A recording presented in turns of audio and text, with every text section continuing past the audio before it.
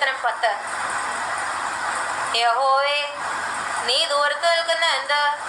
കഷ്ടകാലത്ത് നീ മറഞ്ഞു കളയുന്നതുമെന്ത്? ദുഷ്ടന്റെ അഹങ്കാരത്താൽ എളിയവൻ തപിക്കുന്നു. അവർ നിരൂപിച്ച ഉപായങ്ങളിൽ അവർ തന്നെ പിടിപെടട്ടെ. ദുഷ്ടൻ തന്റെ മനോരഥത്തിൽ പ്രശംസിക്കുന്നു. ദുരാഗ്രഹി യഹോവയെ തേജ് നിന്ദിക്കുന്നു. ദുഷ്ടൻ ഉന്നതഭാവത്തോടെ അവൻ ചോദിക്കയില്ല എന്ന് പറയുന്നു. ദൈവമില്ല എന്നാകുന്നു അവന്റെ നിരൂപണമൊക്കെയും. അവന്റെ വഴികൾ എല്ലായ്പ്പോഴും സഫലമാകുന്നു. നിന്റെ ന്യായവിധികൾ അവൻ കാണാത്തവണ്ണം ഉയരമുള്ളവ. തന്റെ സകല ശത്രുക്കളോടും അവൻ ചീറുന്നു. ഞാൻ കുലുങ്ങുകയില്ല, ഒരു നാളും അനർത്ഥത്തിൽ വീഴുകയുമില്ല എന്ന് അവൻ തന്റെ ഹൃദയത്തിൽ പറയുന്നു. അവന്റെ വാൽ ശാപവും വ്യാജവും സാഹസവും നിറഞ്ഞിരിക്കുന്നു. അവന്റെ നാവിൻ കീഴിൽ ദോഷവും അതിക്രമവും ഇരിക്കുന്നു. അവൻ ഗ്രാമങ്ങളുടെ ഒളിവുകൾ പൊതിയിരിക്കുന്നു.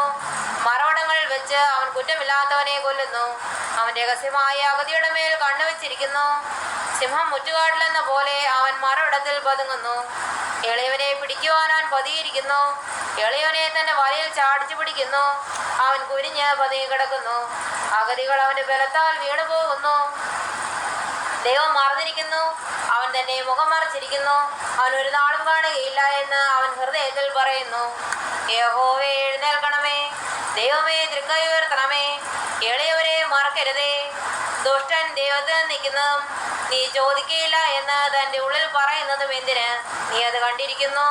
തൃക്കൈ കൊണ്ട് പകരം ചെയ്യുവാൻ ദോഷത്തെയും പകയും നീ നോക്കിക്കണ്ടിരിക്കുന്നു. അഗതി തന്നെത്താൻ നിങ്ങൾ ഏൽപ്പിക്കുന്നു. അനാഥന് നീ സഹായിയാകുന്നു. ദുഷ്ടന്റെ ഭുജത്തെ നീ ഒടിക്കണമേ.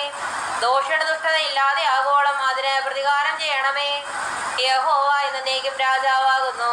ജാതികൾ അവന്റെ ദേശത്ത് വന്ന് നശിച്ചുപോയിരിക്കുന്നു. ഭൂമിയിൽ നിന്നുള്ള മർത്യൻ ഇനി ഭയപ്പെടുത്താതിരിക്കുവാൻ നീ അനാഥനും പീഡിതനും ന്യായപാലനം ചെയ്യേണ്ടതിന് യഹോവേ, നീ സാധുക്കളുടെ അപേക്ഷ കേട്ടിരിക്കുന്നു.